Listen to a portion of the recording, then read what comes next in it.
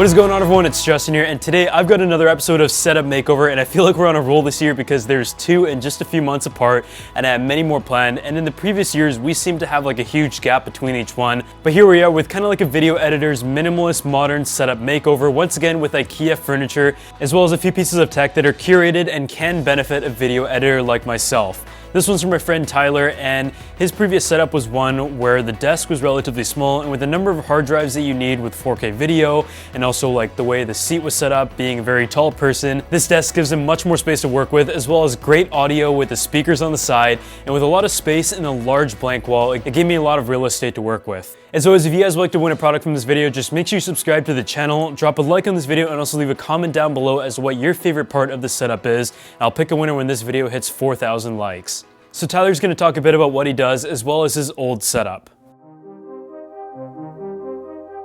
Hey guys, my name is Tyler. I am from Victoria, BC, and I am a filmmaker here, born and raised. A lot of my work consists of travel and creating commercials and small social videos for brands and tourism boards here.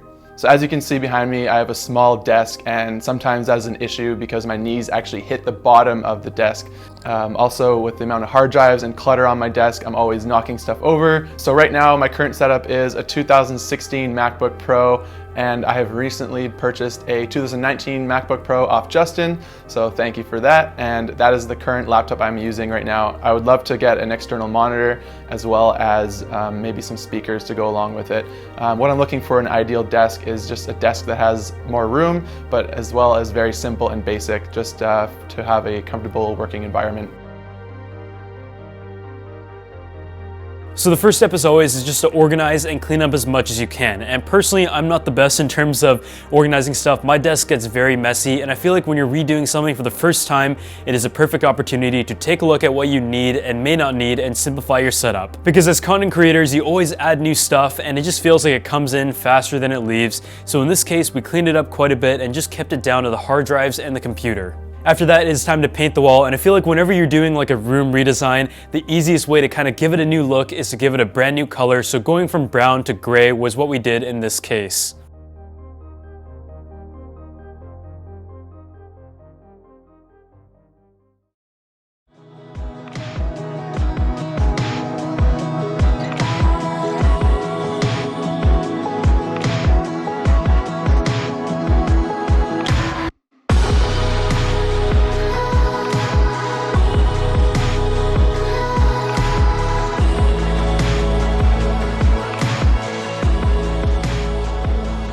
So when it came to the desk itself, it is the IKEA Alex, and it is one that I used to have in my old setup that was in my parents' basement that I let him have, and we kind of went with a light dark theme with a light gray wall with the Stonington gray from Benjamin Moore. My kind of rule of thumb for desks is that around 24 inches in depth is perfect when you have a monitor of 24 inches and larger. But once again, I've gone with like a very modern look, and I just feel like it's very tough to move past that, but by changing up a few trims such as like the speaker and also adding some colors here and there as well as some LED lights, that is how you make it unique to each one. So now that all the basics are in, it is time to take a look at some of the tech that we added to the desk. The kind of approach that I took includes some pieces that I've used in the past that I believe are still the best that you can buy, as well as a few creative and different pieces to add to both the visuals and functionality. So an issue that we usually run into when it comes to putting together a desk and choosing the speakers is just that there's not a lot of additional space on the side. The one that we went with is the Kanto U4 in the bamboo finish. This speaker consists of a 4-inch Kevlar driver as well as a 1-inch tweeter, and you also have the ability to use Bluetooth as well, and it has all the inputs and I/O that you might need. So with monitor being 34 inches, we did have enough space to put the speakers on the desk if we wanted to, but because there is so much space on the outside, I decided for the first time to go with a floor stand on the side of the desk. The next piece of tech is more decor related, but that is the Helio Touch panels that are just these grids that you're able to interlock with each other in kits of 6, 12, or 24, and they use 3M adhesive to attach to the wall, and you can turn them on and off just by touching them. You only need the one power cord to supply power to all of these different bricks that are pretty much connected via magnets.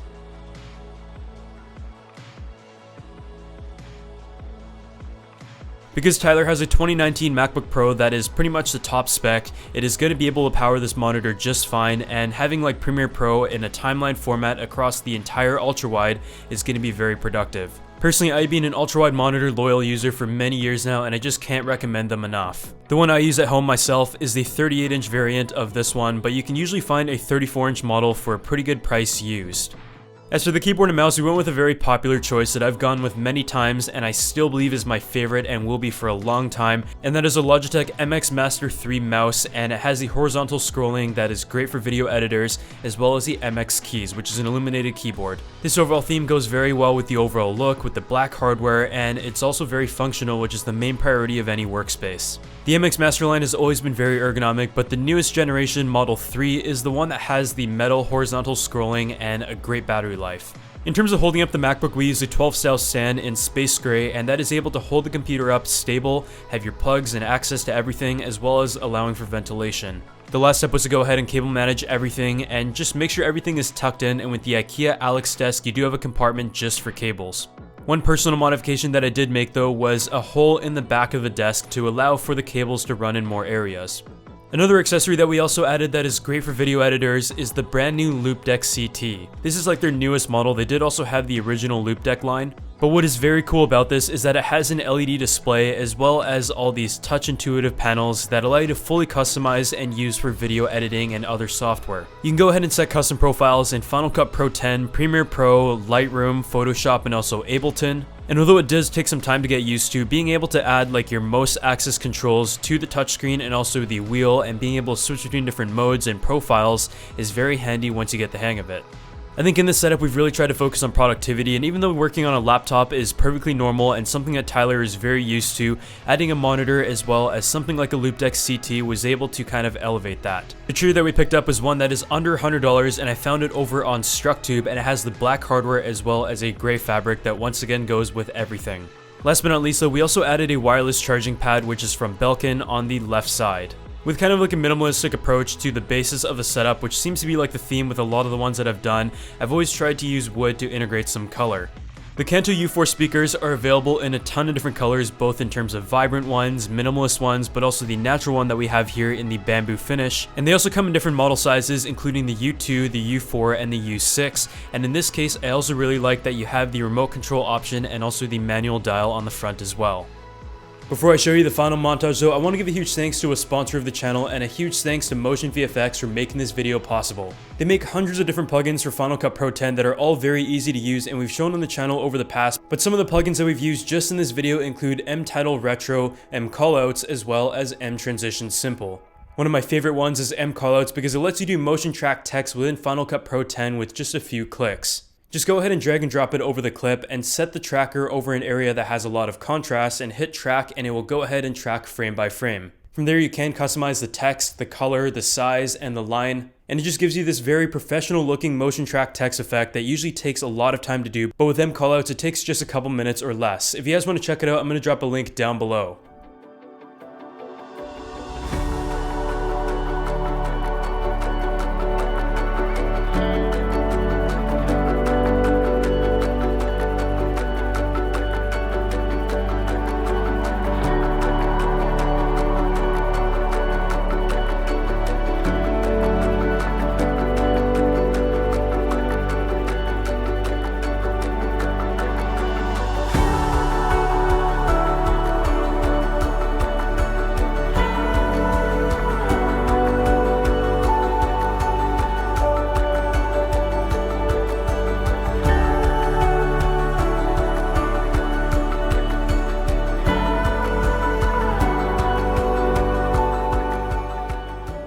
Getting my new desk was a huge benefit. Going from my smaller desk allowed me to put this awesome new monitor on my desk, as well as a new keyboard, a new mouse, and as well as putting the speakers beside, which is a big improvement from what I had before. Having the new monitor is a game changer. It allows me to open up projects and see it in a bigger scale compared to what I was using before on my smaller MacBook, as well as the lights in the background and that wall color just brings out the area and just makes it a better atmosphere to work in.